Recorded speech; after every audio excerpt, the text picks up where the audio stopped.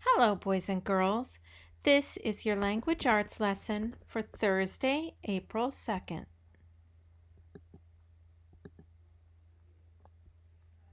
Open Reading Street to pages 282 and 283.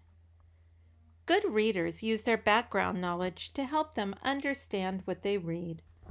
I already know that most dogs sniff a new person or object they encounter. Knowing that helps me understand that it's important to let a dog sniff your hand so it knows what you smell like. The title of this procedural text is How to Train Your Puppy. I know a procedural text that in a procedural text, the author tells how to do something. In this selection, the author has numbered the steps to make it easier for me to follow the procedure. Let's read.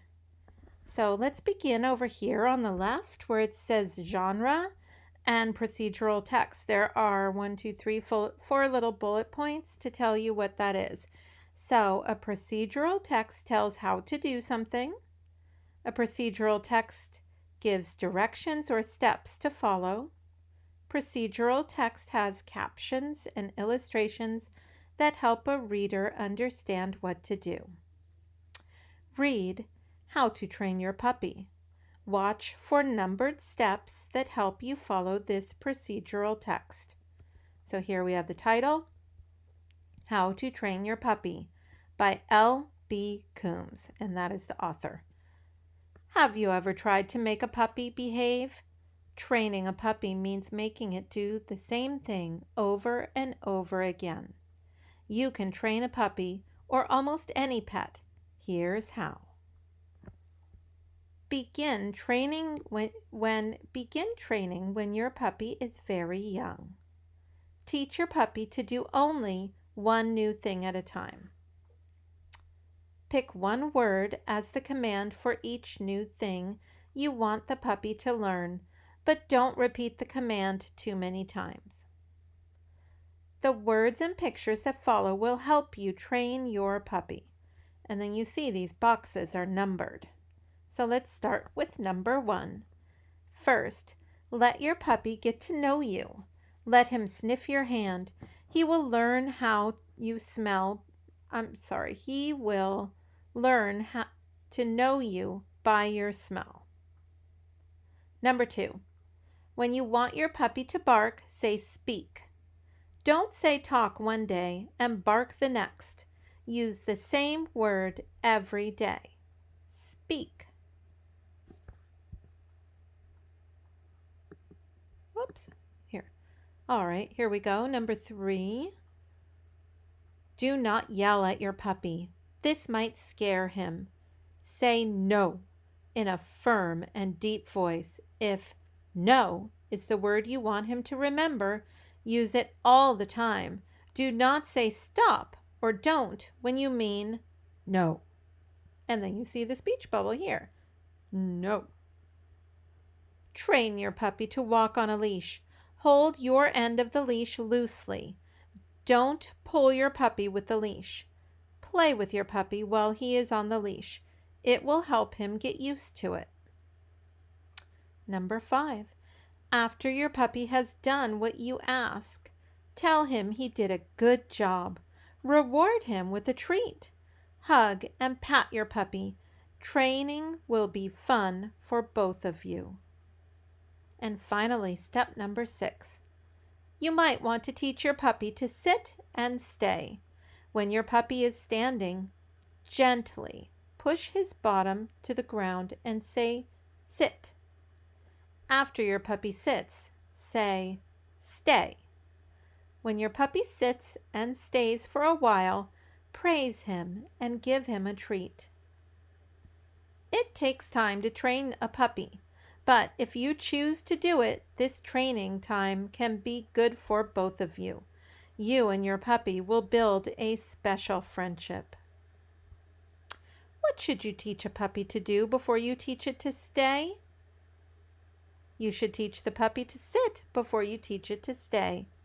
How do you know this?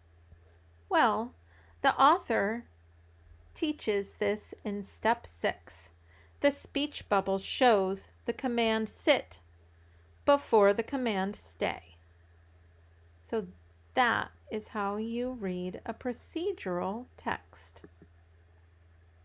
Now you guys are ready to begin working on your final Readers and Writers Notebook page for the week. This is page 420.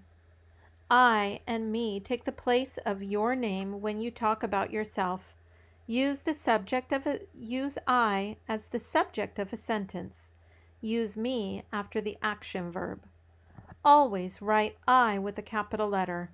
When you talk about yourself and another person, name yourself last. Now you may complete page 420 in your Readers and Writers Notebook. You may pause the video while you work on this page.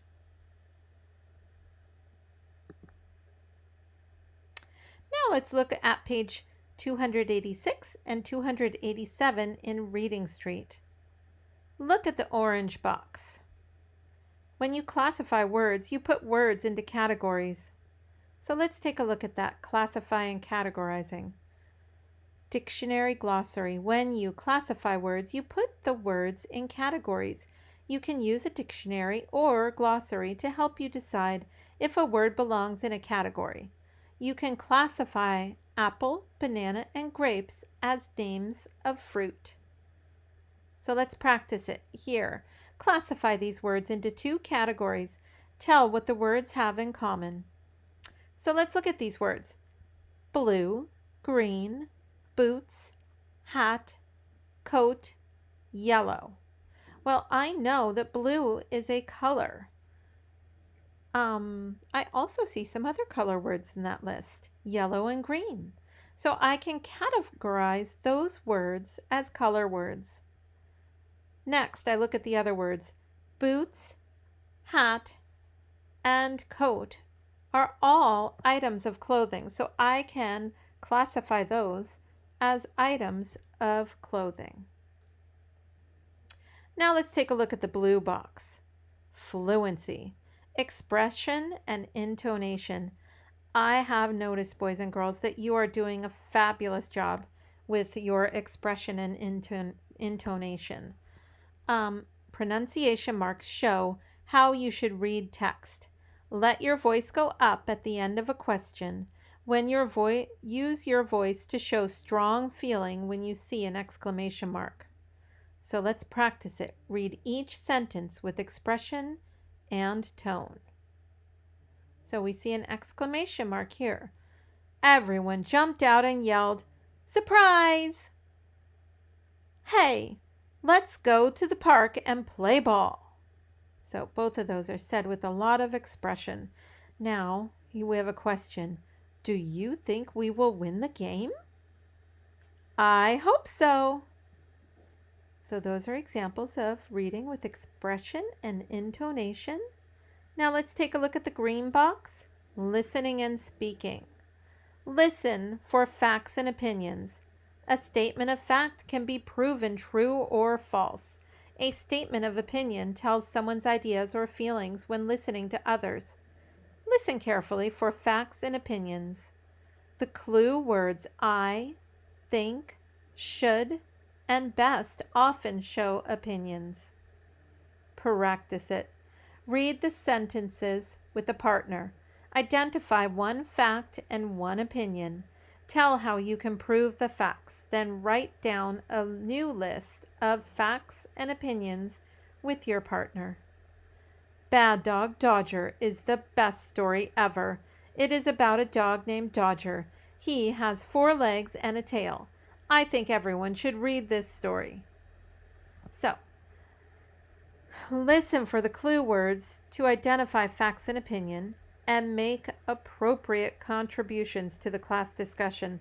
Well, we're not going to do this group discussion work on this video, clearly, but what I'd like to do is discuss this during our Zoom meeting. So we'll talk about the difference between facts and opinions later during our Zoom meeting. And that concludes my video lesson for the day. I look forward to seeing you all later in our meeting. Bye.